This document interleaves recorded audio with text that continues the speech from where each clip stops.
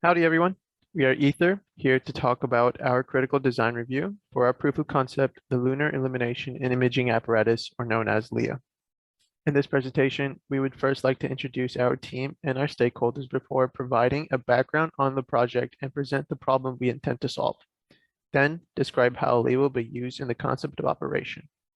Following this, we are going to cover how LIIA will function by going over the functional requirements and performance specifications while also outlining its operation in our conceptual block diagram.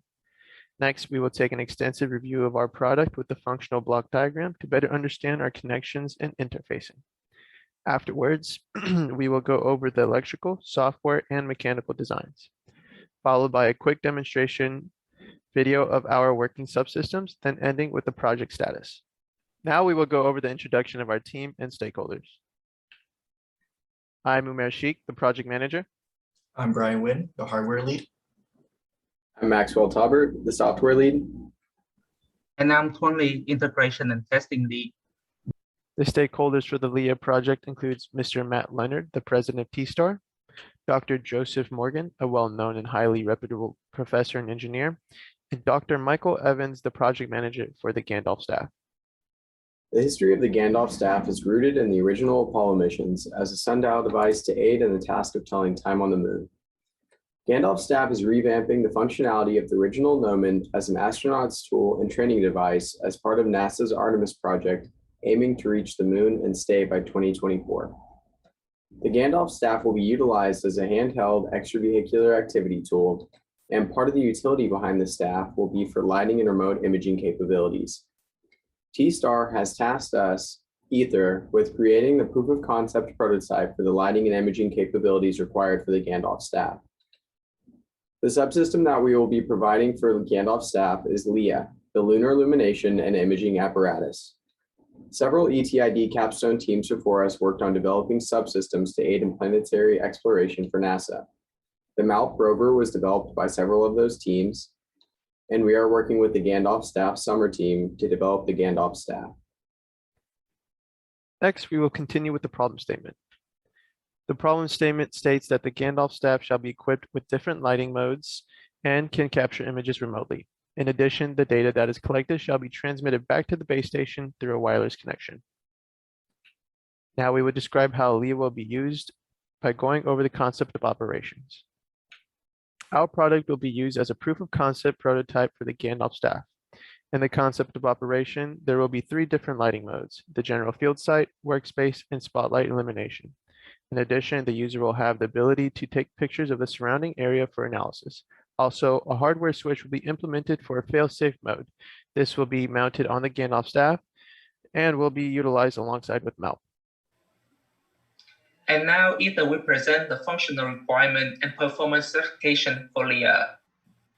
LIIA functional requirements are grouped into the 9 following categories: enclosure, power, control, user interface, lighting, image collection, data store and access, fail-safe mode, and integration. Throughout this portion of the CDR, functional requirements will be delivered in cyan and performance specification will be delivered in white. For the enclosure category, LIIA LED board and camera will be mounted externally on the staff to access their function. Frame designed to hold the LED board for all 3 operational modes, and camera will be mountable to the staff. Move on to the power category. LIIA will be powered by batteries from the 20 to 26 volt, 21 mAh power source with appropriate regulation done by a provided PCB. The intelligent board and camera require 5 volt at 3 amp input to operate. And on each of our LED board, a 12 volt at 7 amp input will be used to power the LED, along with the input of 3.3 volt at 30 milliamp to be used for sensor and I2C to PWM generator. For the control category, LIIA will use an onboard intelligence to control the operation of the subsystem. Aether will be using the NVIDIA Jetson Nano as the main intelligence. The intelligent board provides IEEE 2.3 Ethernet for communication. And the IntelliGen also provides I2C and UVC capability to interface with camera and lighting component. A Linux-based operating system will be used to operate the IntelliGen. And the IntelliGen will be able to run Python 3.6 for software development. LIIA will provide the user with the ability to activate the lighting function, switch among 3 different lighting modes, and deactivate the lighting function. Continue with the control category of our functional requirement. LIIA will provide the user with the ability to activate the imaging system, capture image, and deactivate the imaging system. A tablet will be used to control LIIA through a web interface. Any device with AO2.11n capability can access the system web interface. Configuration of lighting and camera system are made with TCP and HTTP API call. For the user interface category, LIIA will provide a tab for the GUI with 3 square buttons. 1 to change through the lighting modes, 1 to turn off and on the LEDs, 1 to navigate back to the home page. The temperature and light intensity measurements for each LED board will also be displayed on the page. LIIA will provide a tab for the user interface with 2 square buttons to activate and deactivate the camera system with each capture and to navigate back to the home page. The connection status for each camera will also be displayed, and the status of the image capture will be displayed on the page as well. For the lighting category, we will be providing general field side illumination with the goal of providing a 1.5 meter radius around the staff at 1200 lux. We will be providing workspace illumination with the goal of providing a 0.85 meter radius around the staff at 800 lux. We will also be providing spotlight illumination with the goal of providing 1000 lumens at areas of interest when shined at. All of the LEDs will populate a board in a matrix setup, be controlled by PWM to I2C, and will provide a color temperature of 5000 Kelvin. All of our goals are based on NASA's recommendations. For the image collection category, LIIA will provide 360-degree imaging capabilities with the use of 2 PyCam 360s. These cameras provide 4K HDR image resolution through UVC with input and image processing control provided through the Python OpenTV library. For data storage and transmission, we will be storing and transmitting images through an established wireless communication system. The images will be stored on the microSD card in JPEG format and be transmitted wirelessly after the image is stored via WinSCP. We will be using the same wireless transmission system to store and transmit the data collected from the sensors on the LED matrix. The data will be formatted and stored on the microSD card in CSV format. The CSV file will include the timestamp of the entries, along with the temperature of the sensors and which light mode the data is being collected from, all in 10-second intervals, and this data will be transmitted wirelessly after being stored via WinSCP. For the failsafe mode, we will be implementing a hardware switch as a failsafe mode, which will activate rows 3 and 8 on each LED board when toggled on. This serves as a failsafe mechanism which will act independently from software. For our systems integration, LIIA's enclosures and frames shall interface mechanically with the Gandalf staff. Our subsystems shall communicate and transmit data through an established wireless system. Our subsystems shall receive and regulate from an established power system. Our user interface will be integrated with the Gandalf staff GUI and controlled through their Wi-Fi tablet. We'll now go over our conceptual block diagram, which is a high-level overview of our system-level design. Starting off, we'll be getting power from a series of batteries, which will give us 20 to 26 volts and 21 amp hours of power to connect to our provided power PCB. This will give us power protection, regulation, and signal distribution to our various subsystems of our project. Our main intelligence board will be the NVIDIA Jetson Nano and requires 5 volts and 3 amps of current. This will connect to 2 PyCam 360s, which, in conjunction of each other, will give us a full 360-degree view around the staff. This will communicate to Jetson Nano via the UVC protocol. The power PCB will also give power to our DRIS LED boards, which give us lighting capabilities on the staff. The 12 volts will be used as power for the lights, and the 3.3 volt will be used as power for the sensors. Additionally, we'll have a fail-safe mode switch in case of a software failure to allow the user to turn on certain channels of the DRIS LED boards by flipping a switch. To communicate to the DRIS LED boards, the Jetson Nano will use the I2C protocol to control the lights, as well as gather sensor data from the various sensors on the board. This will connect to our communication system via the 802.3 Ethernet protocol, and will connect to our tablet.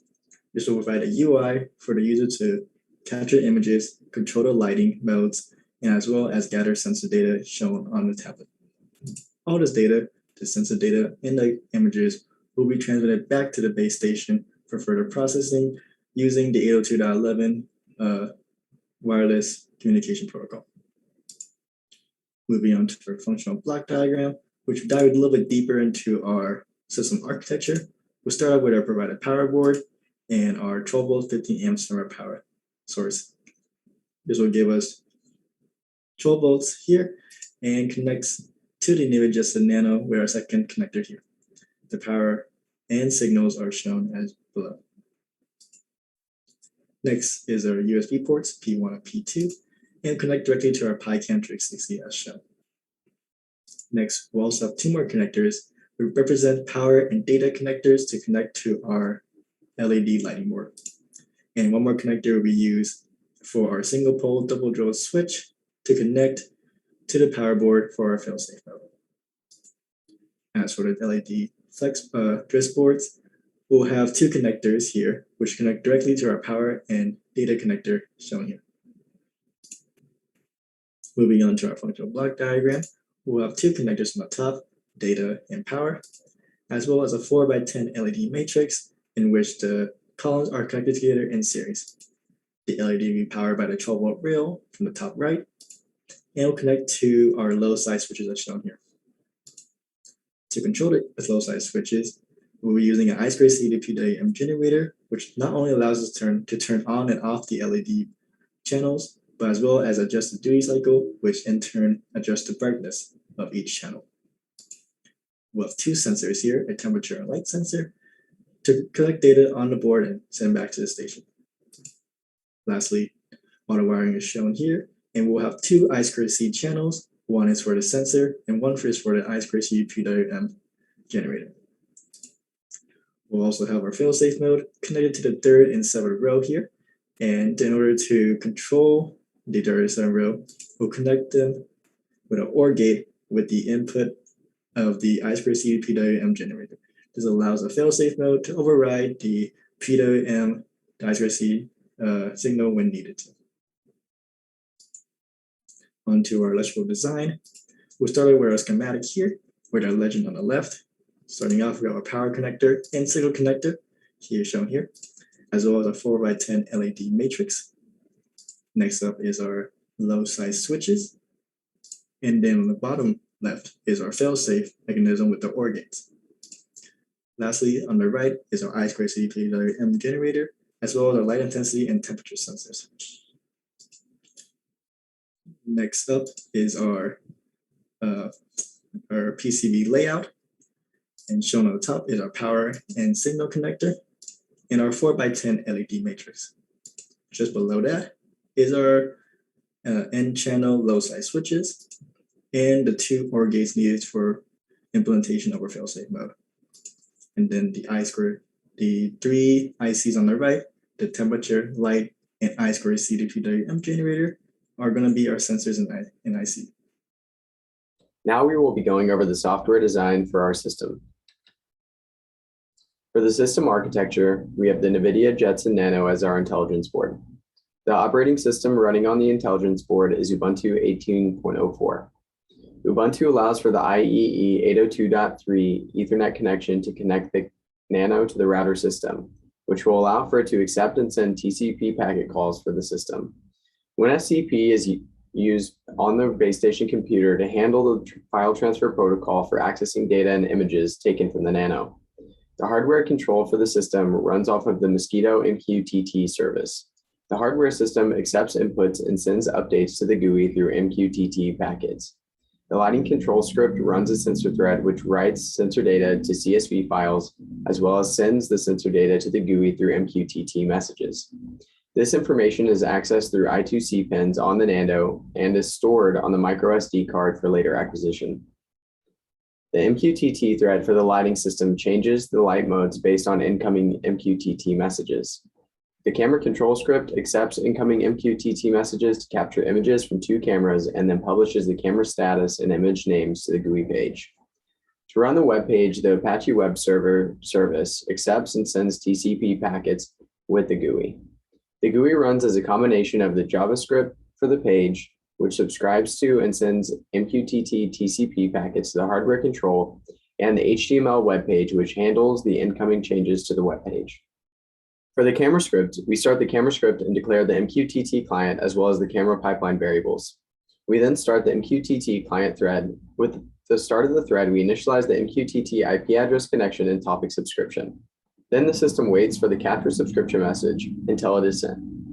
If there is a capture message, we run the capture function for camera 1, which checks to see if camera 1 is open and connected. If it is not open, then we save camera 1 to the camera not connected set.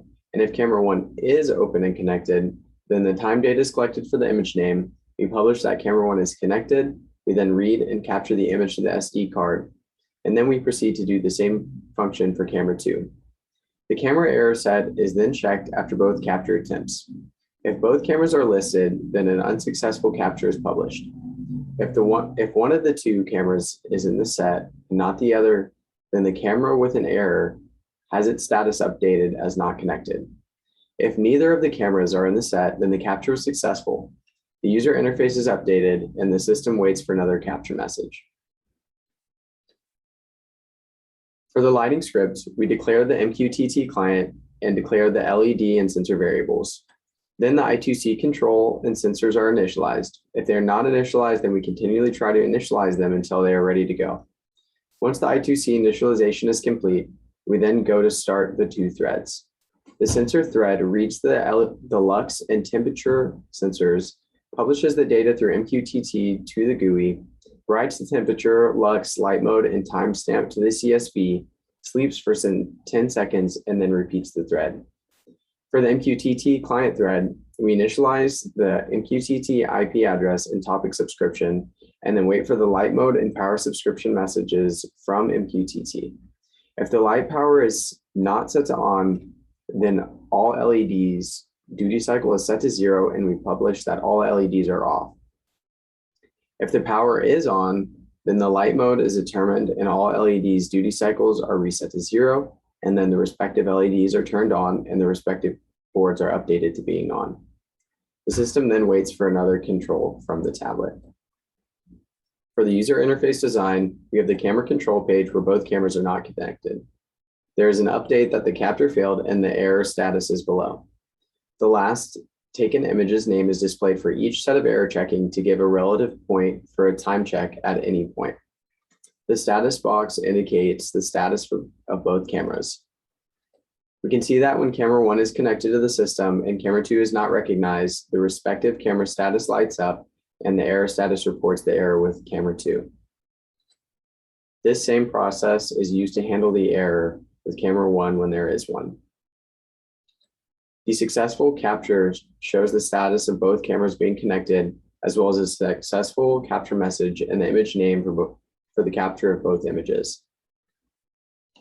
For the lighting control page, when the power is off, the power indicator is red and the status is noted as off. The temperature and lux sensor values are displayed for each respective panels, regardless of the lights being on or off. When the power is on, the power indicator is green and the status reads on. The light mode is chosen from the mode button. At this point, the spotlight mode is chosen. Then the workspace mode is chosen. And finally, the general field site mode is chosen. Now will we go over the mechanical design. For Aether's mechanical design, our task is to develop an enclosure for our PyCam 360s in order to take 360-degree photos as well as fit on the staff. As seen, the outer diameter is 3.5 inches with an inner diameter of 2.4 inches. There are cutouts inside the enclosure for the PyCam 360 to fit in perfectly, and the camera lens is to fit in the outer diameter of the enclosure. This allows us for a more efficient ways to take picture.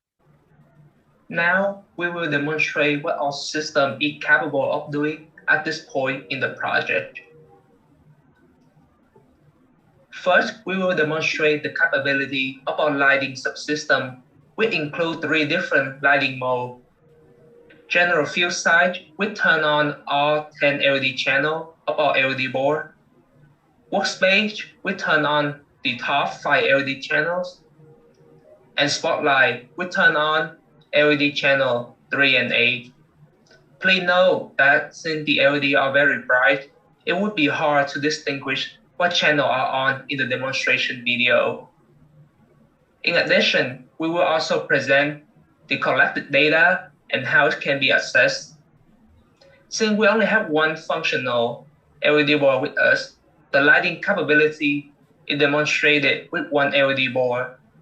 But in the final prototype, 4 LED boards will be used. For 3 lighting mode, we will be turning on the LED at 10% duty cycle to demonstrate the functionality. But in the final prototype, an appropriate duty cycle will be used to meet all lighting functional requirements. After that, we will demonstrate how our imaging subsystem operates by capturing 2 360-degree images and show how they can be accessed remotely. Now for lighting demonstration. From the home page, we click the light button to access the lighting page. As you can see, the temperature and light intensity are being constantly collected and displayed on the GUI as well as appended to a CSV file. We then click the power button to turn on the power to the LED and select the general field side mode. This mode turns on all 10 channels of the LED board.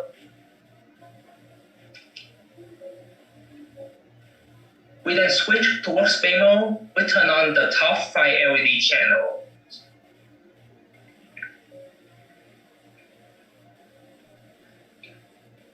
And then spotlight to turn on channel 3 and 8 of the LED board. The data is being constantly updated on the GUI. We then click the power button to turn off the LED.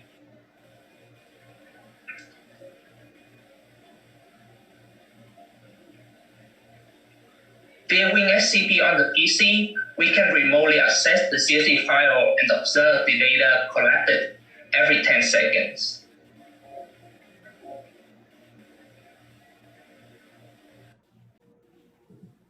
Moving to our imaging demo. From the home page, we click on the camera button to access the camera page. We then click the capture button to capture 2 360-degree images. You can see that the camera light in blue as they are capturing the image.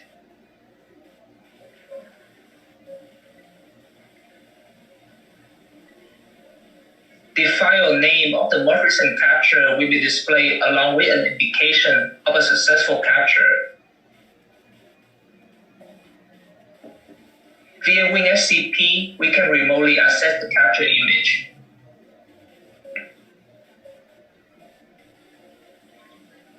You can see that the file name on the tablet and on WinSCP are the same.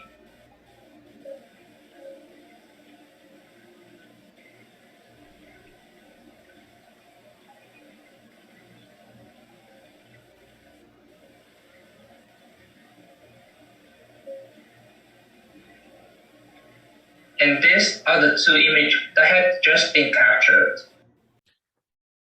Now we will cover the project status. Our project status is categorized in 3 sections: hardware, software, and mechanical.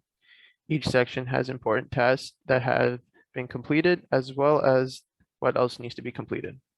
As for hardware, Aether has successfully populated the PCB as well as tested the PCB at Johnson Space Center. There were some changes that needed to be made for the second version of LIIA PCB, and that has already been made and sent out to be manufactured. What needs to be done for hardware is to begin multi-board testing, where we can control multiple boards at the same time, and testing our version 2 of the LIIA PCB. Moving on to software, what has been done? The camera page can successfully capture images. The lighting page can successfully switch between different lighting modes, and both the camera and lighting page are fully operational at the same time. What needs to be done is continue debugging and making the lighting page as efficient as possible. Continue discussing with advisors and sister capstone teams about clock synchronization, and lastly, dewarping of images. Next, what has been done for the mechanical section is that the camera enclosure has been fully designed, 3D printed, and tested. What needs to be done is, after testing the enclosure, minor modifications towards the enclosure need to be made for more efficient fitting. In addition, the design and making aluminum mounting plates for LED boards. The major tasks remaining include the final software, final hardware, and our second demo and final demo. Aether plans on having majority of the tasks remaining completed by early November to prepare for our second demo with NASA officials by November 19th. Aether also plans on having our final demo in early December. The labor status indicates how many hours each of the team members has put in since the beginning of the design phase back in 419 to the implementation phase in 420. As can be seen, the 419 labor estimate is 3,134 hours, and Aether has accumulated a total of 2,327 hours. This leaves Aether with 806 hours remaining, which is roughly 90 hours a week as a team. The financial is split into 3 categories: PCB parts, which include wires and connectors, external parts such as intelligence boards and camera modules, and lastly, PCBs.